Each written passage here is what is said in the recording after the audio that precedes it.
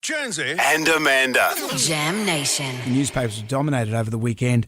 The Greens are now demanding police release the body camera footage of the moments leading up to when Claire, the 95-year-old dementia patient, was tasered. Has that footage not been released? No.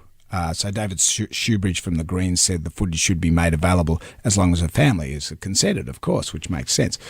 Why are the police holding on to it? They just don't want It to. looks incredibly bad, I would imagine. She had a steak knife, but a steak knife in an old person's facility is not a giant carving knife. Have you ever dealt with someone with dementia? No. Just in the running of your day-to-day life? I remember years ago, my dad had this van, the Toyota Hiace van, and a mate of mine were putting a new engine in it. And so we're just in Dad's driveway, we're putting the engine in, and we've got our heads down in the engine bay, and then I look around and there's this old lady sitting in the van. And I said, hello. And she said, is this the bus to Carrying-Bar?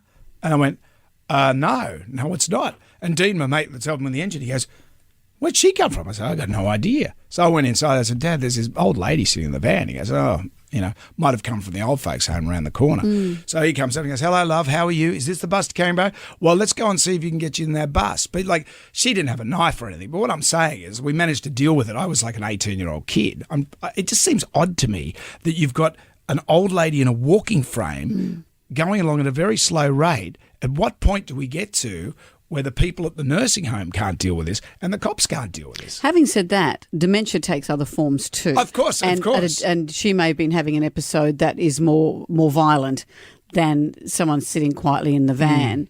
But we don't know. You don't know. But you can't imagine that in a facility like that, they don't know how to deal with that. That's what I mean. How do we get to this point? Yeah, I agree. If a gormless teen of 1987 can work out how to deal with an old lady sitting in the back of a van. Do the police have a right to keep that footage private? Obviously, they would say we're needing to protect police procedure, but also it's not going to look good, is it? No, it's going to be terrible. Yeah, but do we have a right to see it? I would imagine we do, because if we need to look at how policing works, there's a lot of lessons to be learned here. But this is something that's just not going to go away. 95-year-old grandmas don't get tasered. You don't taser. It's not like a Somalian gang running it towards the cop with the knife. It's like an old lady with a walking frame and a knife. I just think... Of course. No one thinks that made sense. How do you feel about the footage being released? Well, I think we should see it. But do the police normally release this footage? Is this unlike the police to not? Yeah, they do. Do they normally protect their footage? I don't know what procedure is. Sounds like pub test material. Well, yeah, but I mean, who would think that we shouldn't see it? Maybe you're a police officer and you think we shouldn't see it. Well, maybe it stops their processes and things like that.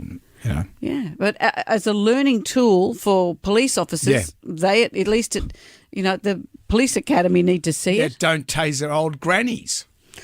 It is an extraordinary story, and it is an alarming story. I just think, isn't there a blanket or something you can throw over? I know. What are our training? What are we training our police officers to do if this is the result?